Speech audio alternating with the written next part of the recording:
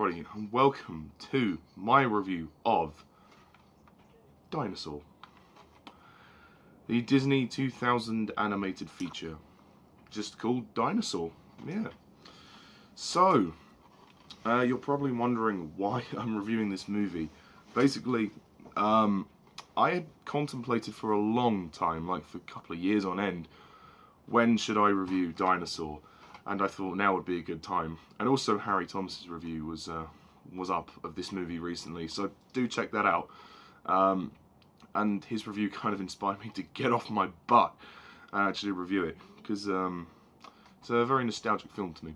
Anyway, so let's get right to it then. So the plot of Dinosaur is that it centers around this iguanodon who's called Aladar, and he is unfortunately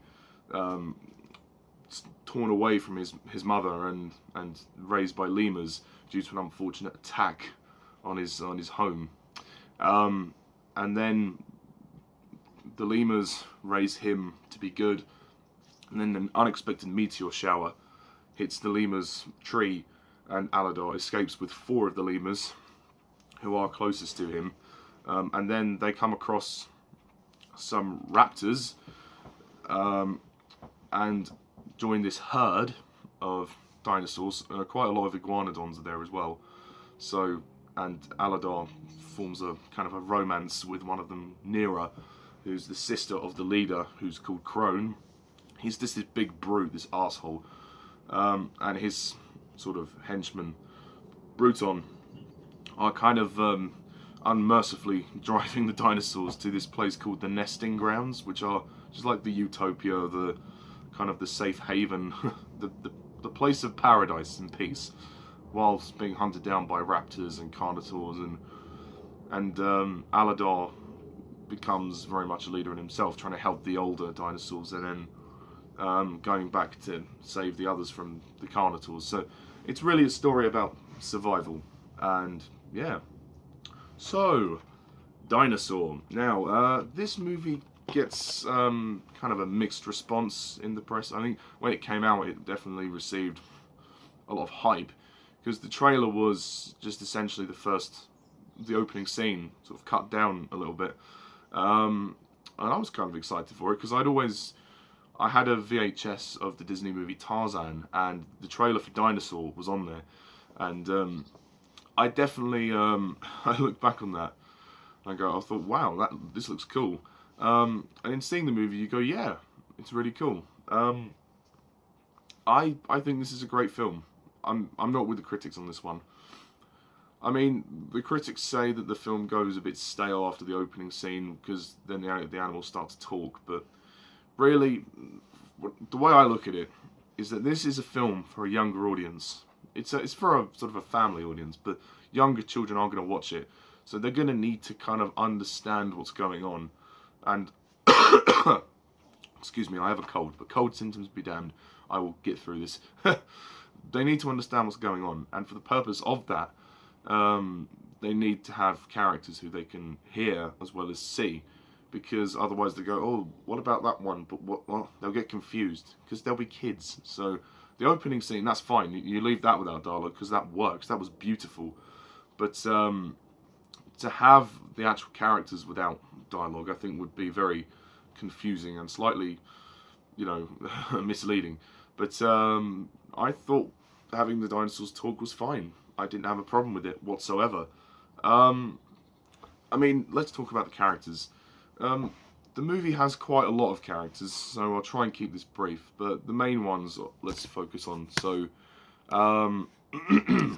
Aladar, voiced by D.B. Sweeney. I like Aladar. I think he's a great protagonist. He's just a nice guy, and he's really caring, and he's kind of the stereotype for what we want all guys to be like. He's just very caring, kind. There is one moment when he kind of nearly is defeated by the lack of, by the difficultness of survival. I don't know if that makes sense, but there's one moment when he nearly gets defeated. He feels like he can't do it anymore, but luckily Baleen picks him up. But I think throughout the movie, he is the true hero, and you can see that, despite the fact that he doesn't really know about his heritage until he comes across this herd. The only life he's ever known is with the lemurs, and then obviously he forms a romance with Neera. I mean, he's just a cool guy, and he has his tensions with Kron, and eventually it's pushed to them two having a fight, which is cool. I'll get to Kron shortly.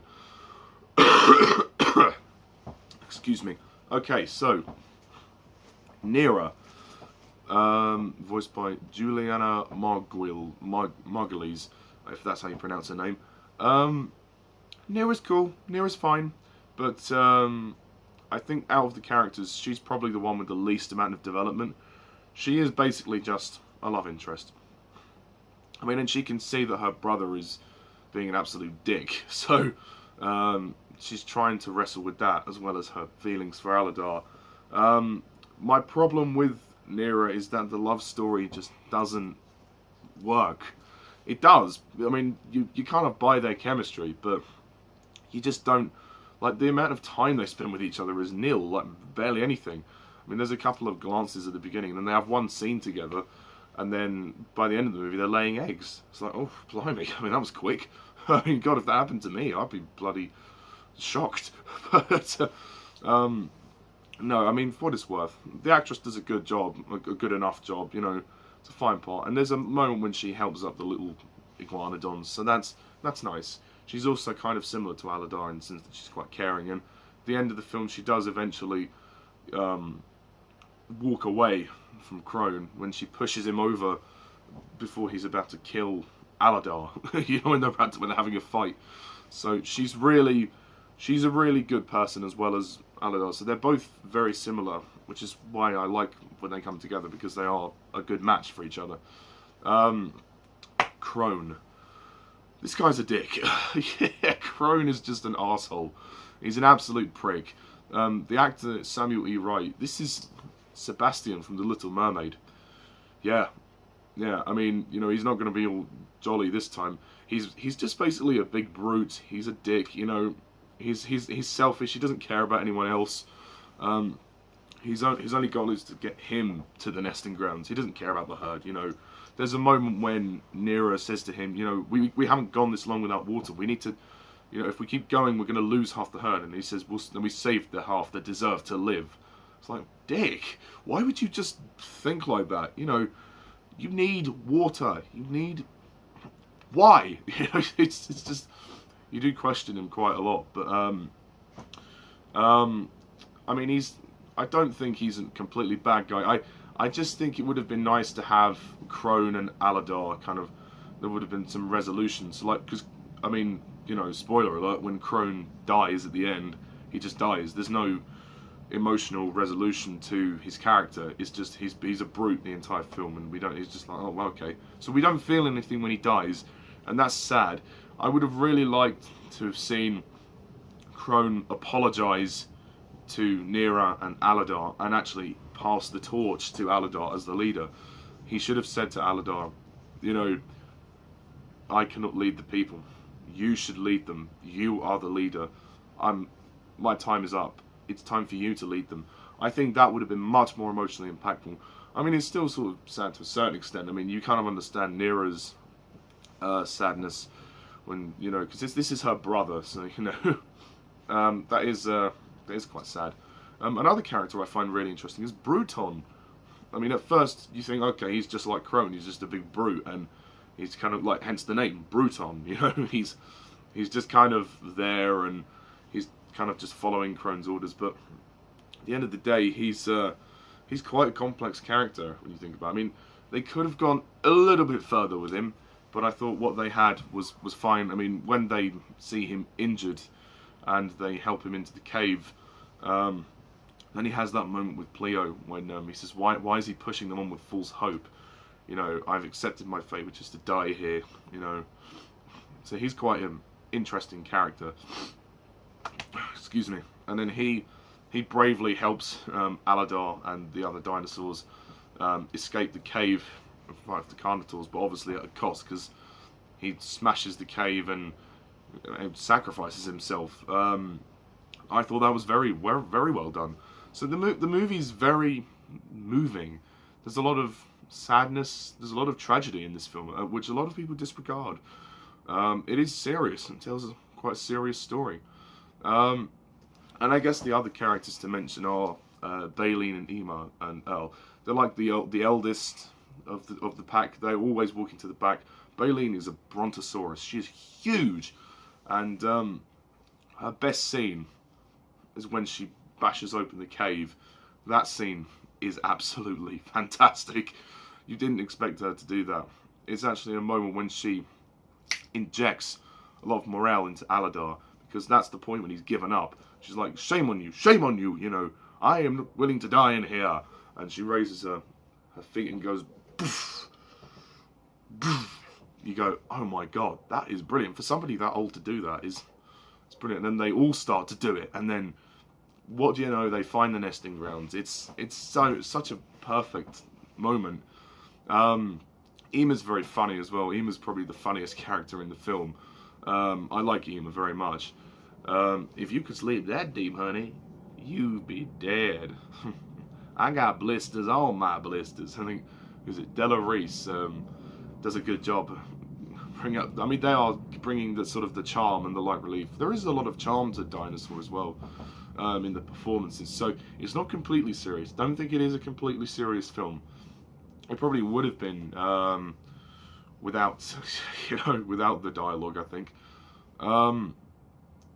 Also, the only other characters to mention are the lemurs. The 4 lemurs that survived the attack. Yar, Zinni, excuse me. Sorry. Yar, Zinni, Suri, and Pleo. Pleo is very good. She's like the mother character. She kind of takes over as Aladar's mother, and then she also kind of helps Bruton as well, which is nice. I really like her. Suri, she's like a little girl. She's actually voiced by Hayden Panettiere, who also voiced Dot in A Bug's Life. So I didn't even realise that until I looked it up, because she sounds, obviously, because in this movie she sounds a little bit older. This is 2 years after A Bug's Life. And Max Cassella and Zinni. Zinni, I have a bit of a bugbear with Zinni. I like Zinni the character. He's good. I mean, but the dialogue is so cheesy. I mean, Zinni has the cheesiest dialogue. There's no question about that. The movie goes in. That's one of my main problems in this movie, is that the dialogue for Zinni goes into complete cheeseball territory. Like, oh, all you need is a little help from the love monkey, and oh god, and if you be my bride, I'll groom you. Oh, that is good. That is good. Oh, no, it's not. No, it's not. It's just a couple of moments when it goes into the George Lucas school of film. It's something I would expect him to write. Luckily, it doesn't happen too often. Like, I'm Aladar, the Jerkosaurus. it's like, if you would have just not done it that... I mean, it is a kid's movie, but it's a bit too cheesy, I think, given the way the tone of this film. I just don't think it works. But that's a minor thing. I mean, I think the actor does a good job with what he has.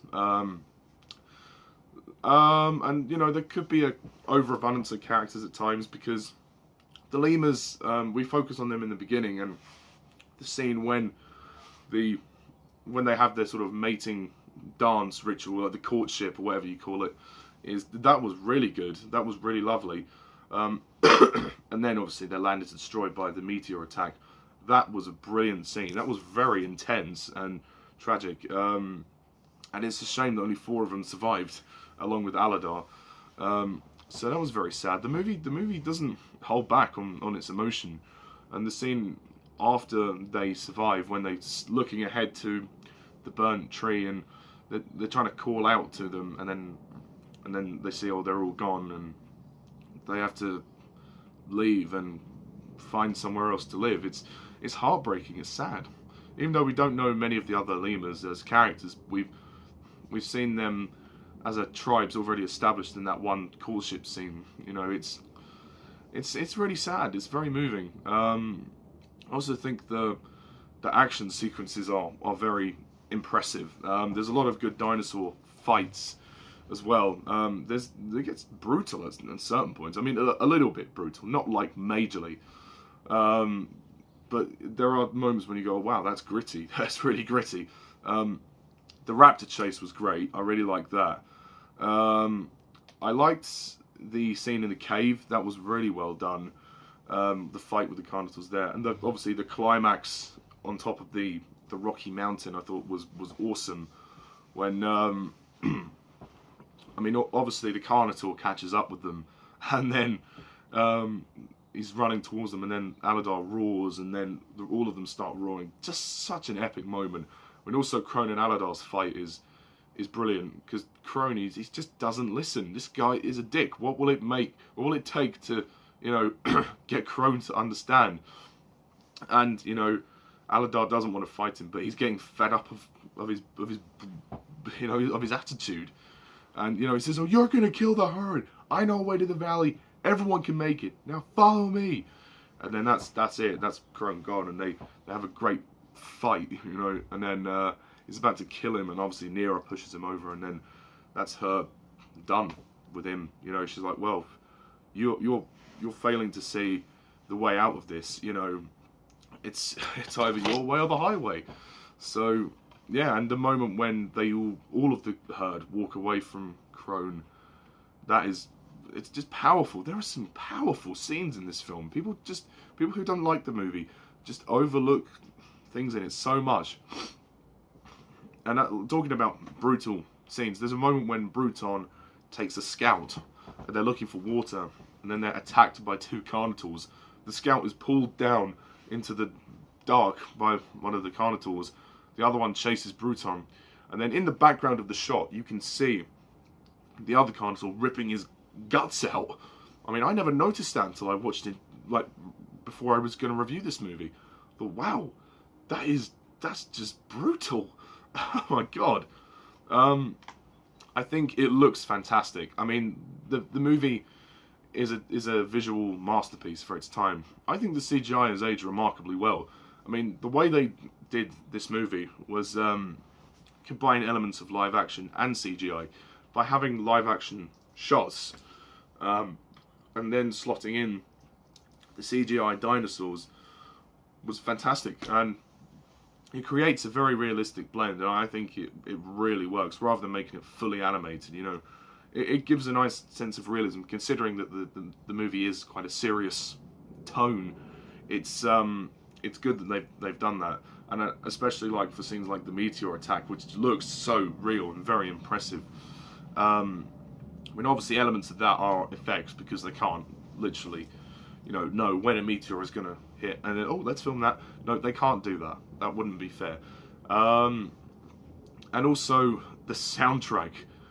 Oh my god, James Newton Howard has created one of his best soundtracks of all time.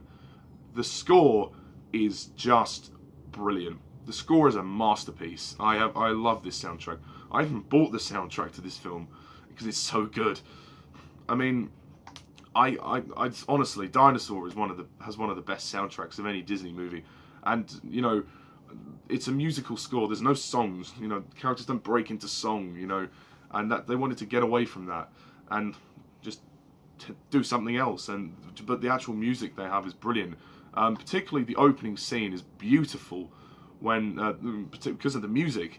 When the egg is dropped into the river, and then it's travelling along, and then eventually the pterodactyl swoops down, picks it up, and then is flying, and then you get that classic theme. Dun dun dun dun dun dun dun dun dun. That is brilliant, just brilliant. I mean, James Newton Howard, wow, he's a great composer. He's one of the best composers out there that we've got, and his score for Dinosaur definitely proves that. It's also quite an epic score, you know. For the action sequences, there's a lot of tension, and he raises the scope with the score. It all comes together really well. I do have to say though, maybe the filming's just a little bit too short. I do think that maybe at 1 hour 20 minutes, you could have extended it maybe by 5-10 minutes, and then it would have been a little bit stronger.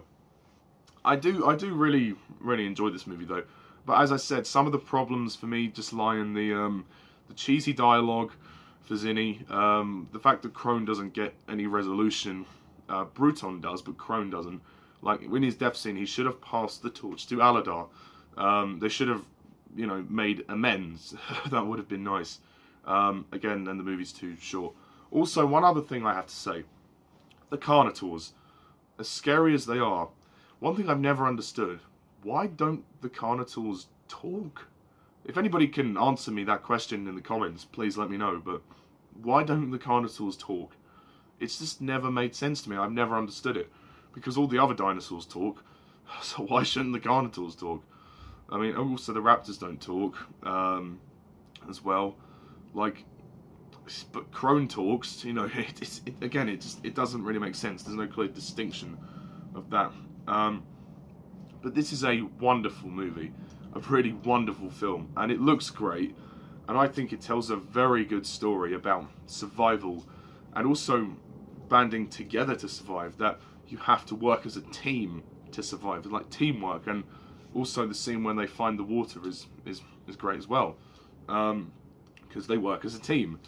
You know, I mean, obviously Aladar is a leader, natural leader, but Kron is a natural leader only for himself. He doesn't care about anyone else, you know. Maybe his sister, but, you know, we never really see any signs of that. But, I mean, it's just wonderful. It teaches so many great lessons, you know, about survival of the fittest, you know, in these extreme circumstances. It's a very powerful film. It's very moving. It tells a very simple story, but in a very serious way. There is some light relief. There's a couple of little issues I have with the movie, but overall, I really enjoyed this movie. I really, really enjoyed it. And I'm not with the critics. I actually like the dialogue in this movie. So this is going to shock some people, but I am going to rate Dinosaur a 9 out of 10.